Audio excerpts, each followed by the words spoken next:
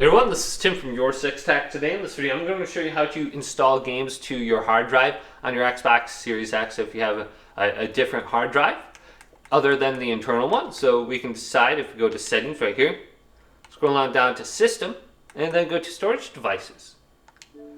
Then we have change install locations.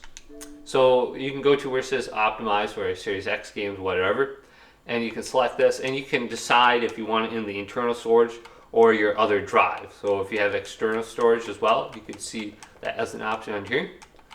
So this is for Xbox games, and then we have backward compatible games.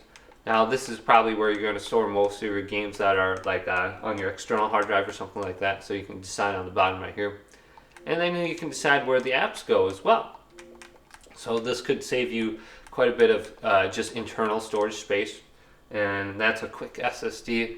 And I would do that mostly just for your games that you play the most, and put everything else on just your external storage after that. But just come to this section, you can decide where it's saved. But hopefully this video did indeed help you out. If it did, leave it a big thumbs up and subscribe to my channel down below for more tech videos coming up next on YourSixTech.